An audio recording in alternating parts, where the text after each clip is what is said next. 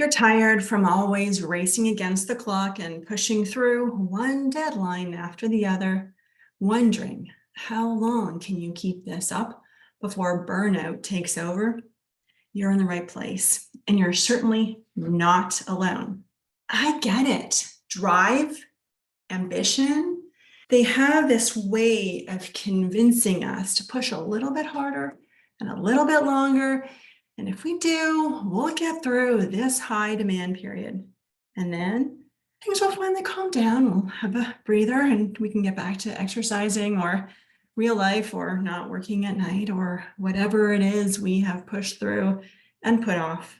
We've not met. My name is Susan, and I'm a recovering success chaser. I know all about pushing through deadlines and working through pressure, and I may sometimes still do it, but I'm a master coach, and I'm here for busy, ambitious, driven women who are highly motivated and dedicated to their work, and sometimes find that the stress of pushing through to meet their commitments is exhausting and sometimes burnout.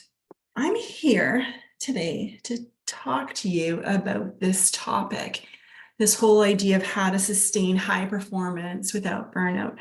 I want to get into some real talk on what it takes to sustain high performance and if it's possible to do it without burnout. Specifically, what are the beliefs that we hold around what's required to do this? And I want to give us some new ways to start thinking about how to work under high pressure situations and how we can actually sustain this high performance. I also want to get into some thoughts on how we can thrive, not just survive when the stakes are high, when things are really crazy, some super practical health strategies to employ when deadlines are looming. Finally, to keep overwhelm at bay, because that's a thing, we'll want to carve out a little more breathing room and ease in our lives when we do have to really bring all of ourselves and sustain this high energy. So let's dive in. On this topic of sustaining high performance, like I know, at least I've thought, wouldn't it be great if we could just go on always performing at the highest level and never really ever getting tired and not ever really needing a break or rest? And here's the truth. Even as I'm saying this, I'm wondering if you know for yourself that we can't. We can sustain high performance for a period of time. We can't do it forever. That's not a thing for anybody.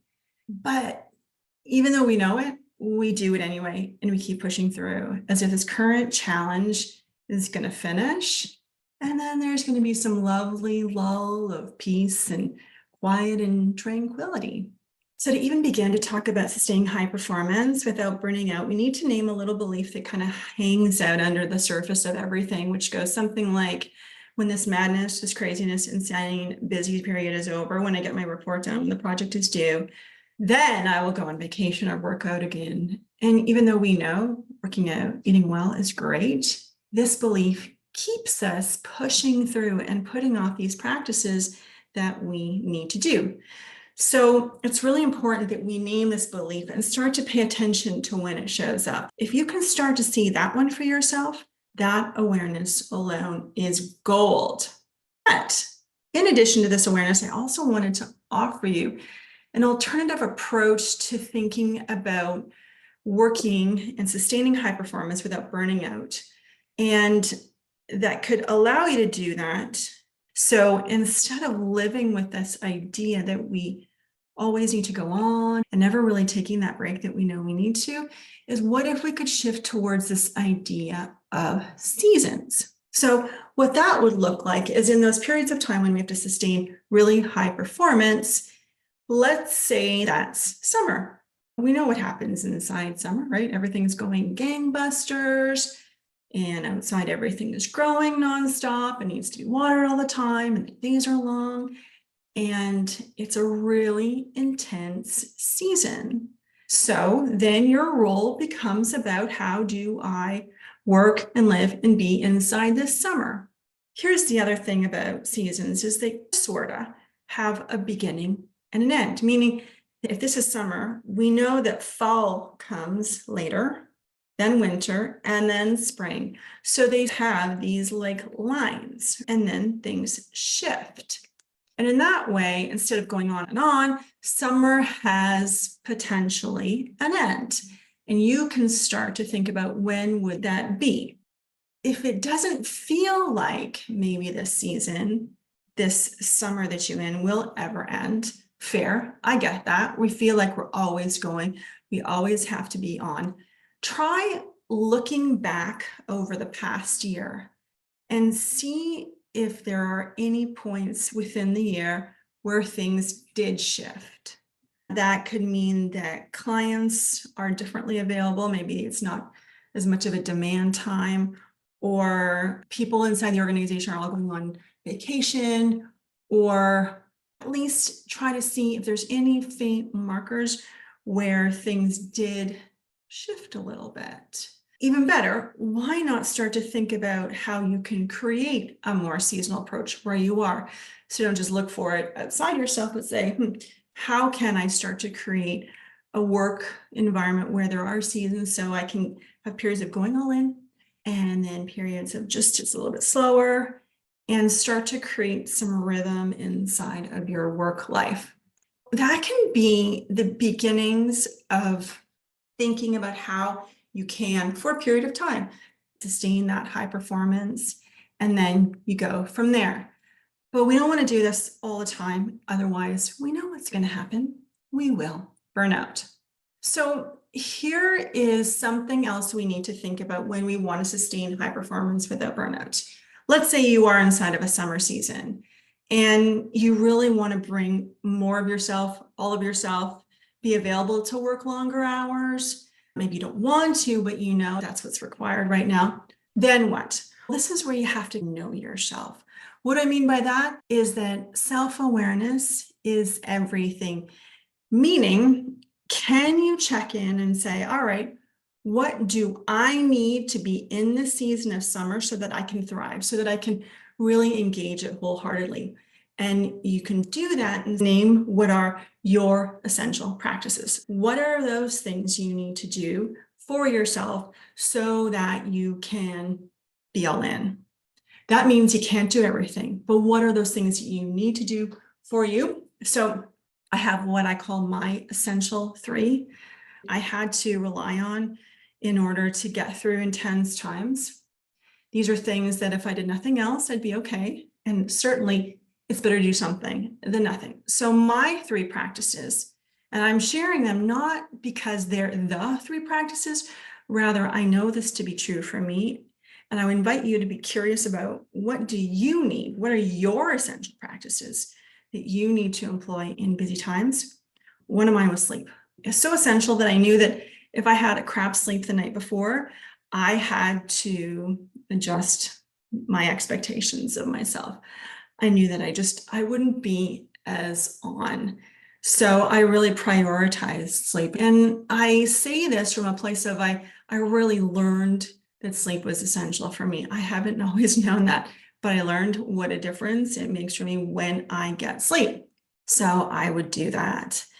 Another thing that is essential for me is to get some movement, meaning that I can get really restless and impatient and all this energy, or I'll get tired. And then, so I knew I needed to build in some, what I call like movement snacks or movement breaks. And what that looked like for me is just walking around the building, go outside, get some fresh air, 5 minutes.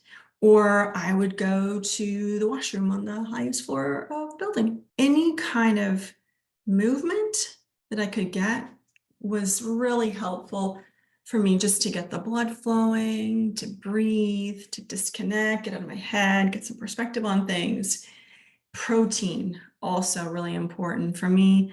Food in the morning and a good lunch, otherwise headaches, just like that. So I just really always made a point to bring in snacks. So my question to you is, what are your essential practices? And I invite you to put them down below in the comments so that we can start to get some ideas or a database of what are essential practices, because I know that these practices might not always work for me. They work for me now, but we can start to learn from and with each other about what those essential things are that we need to do for ourselves when things are really busy, because it's better to do what we know we need to do than to neglect ourselves and make ourselves more susceptible to burnout. Finally, the last point that I want to share with you is to sustain high performance without burnout in high demand seasons like summer. This is a time to double down on support and collaboration. And what I mean by that is that when it's really busy, I have seen and observed behaviors of hunkering down. Part of what can get nested in that is this idea that it's really all up to you to get through this, and we shoulder it and burn it because we know we can. But should we? Is that the best approach? So what if instead of knowing that there's probably lots on your shoulder, lots on your plate to do, think about what support and collaboration look like. What are the essential practices that you can do inside your home and life to get through this high demand season instead of hunkering down and doing it all by yourself? So to do high performance without burnout, what you'll want to do is thinking about dividing and conquering the work. If you've got other people in your house, you can say something like, it's summer, work is demanding of me right now. I like summer better because people intuitively know it has a beginning and an end. Use the metaphor, divide and conquer. And then, or you can ask for help or share the load, take turns, but see if there's a way that you can move towards adjusting expectations with the people in your life so it isn't all about you. And then know what are the essential practices inside your house, inside ours. We all want to sit down for a meal, whatever that means, most nights if we can, if anything, just to connect. I think sometimes the food on the table is secondary. Leftovers, freezer favorites, takeout, it can all go, but know what's essential. Also essential in my house is a cleaning support, something in there, because the house can get so busy and so dirty and so crazy so fast. So just staying on top of that, create some sanity and some breathing room inside really busy times. Those are just a couple of ideas. I'm curious to know what helps your house get through busy seasons. So there you go. All about how to sustain high performance without burnout. Quick recap. Beliefs. Just start getting aware of the beliefs that you have about how work moves and flows and what it takes to sustain high performance. And I say that first to myself because I have those and had those beliefs, and sometimes they still show up. Start to notice where they come out and see if you can shift from a belief of always being on, always working intensely, to something like seasonal boundaries where work starts to have a little bit of more ebb and flow. We also talked about kind of high demand times, like knowing what's essential for you to stay engaged, like what helps you be your best self, and really getting super curious about that. And then finally, looking at this behavior of hunkering down and thinking it's all up to us, can we bring in a little more support, collaboration, adjust our expectations of ourselves, of each other? Kindness always counts, and use that as a way to sustain this high performance time. So thank you so much for tuning in today. If you found value in this video, give it a like. And if you'd like to join on this journey of surviving success, not just to survive it, maybe even redefine it, hit subscribe. And we'll see you next week for another video in this series. Comments and feedback are always welcome. Your contribution to this topic is what will shape this conversation for all women immersed in busy, successful lives.